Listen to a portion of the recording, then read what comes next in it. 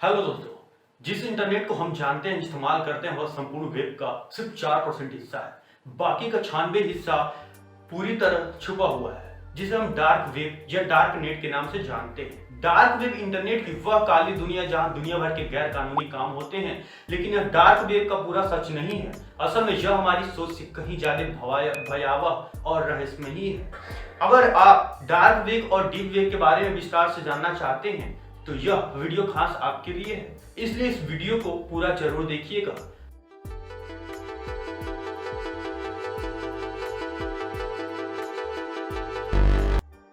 नमस्कार दोस्तों, मैं विवेक तिवारी और स्वागत है आपका हमारे विवेक स्टोरी चैनल पर। जब भी हम डार्क वेब का नाम सुनते हैं तो हमारे दिमाग में तरह तरह के सवाल उठने लगते हैं, जैसे कि डार्क वेब क्या है, इसे कैसे यूज किया जाता है और यहाँ क्या क्या होता है, वगैरह वगैरह। लेकिन जो जो हम डार्क वेब के बारे में जानना शुरू करते हैं, हमारी जिज्ञासा बढ़ती जाती है और कभी भी खत्म होने का नाम नहीं लेती।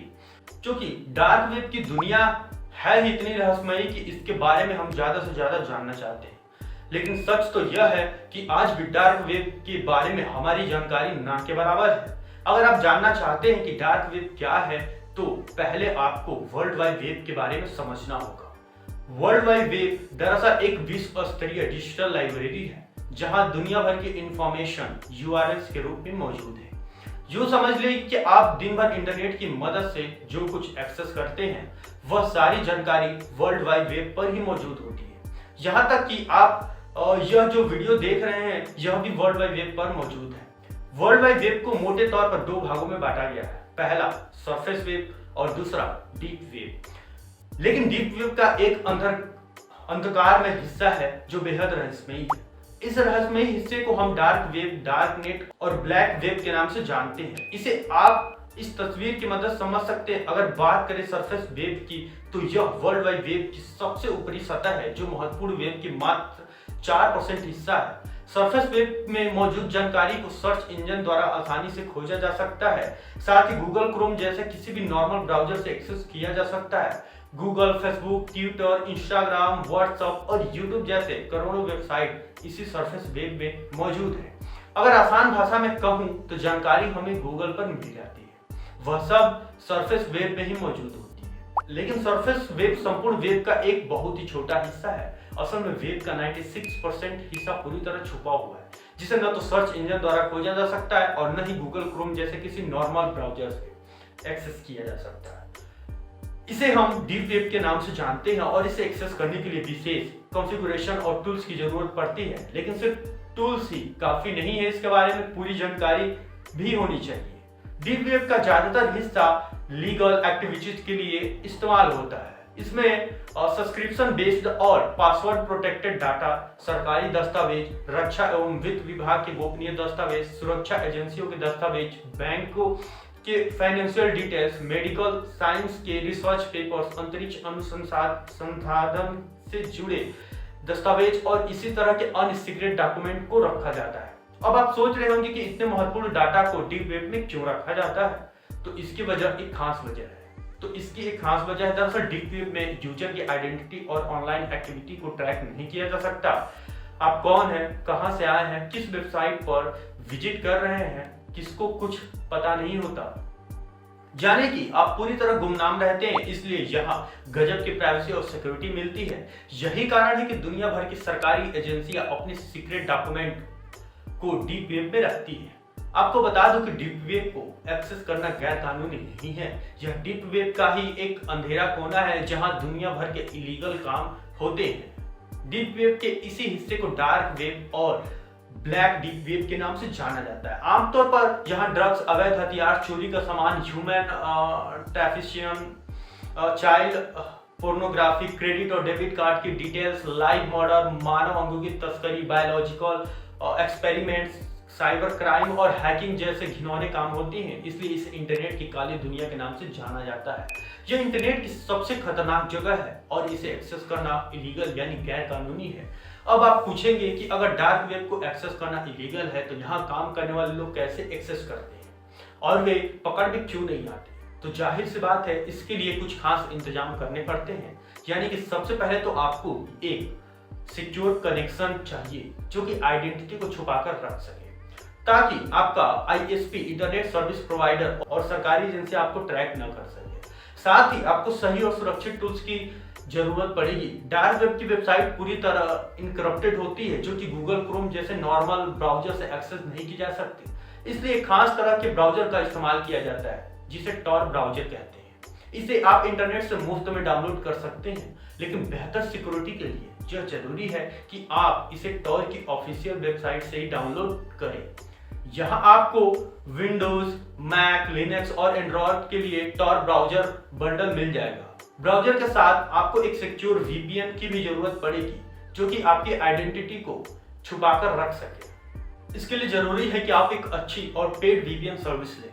फ्री वीपीएन के चक्करों में भूल कर भी ना पड़े, वरना लेने के देने पड़ सकते हैं। इसलिए मेरी सलाह यही रहेगी कि आप express VPN, Nord VPN, hide my IP, private VPN या साइबर पोस्ट जैसे किसी अच्छे वीपीएन पर ही भरोसा करें।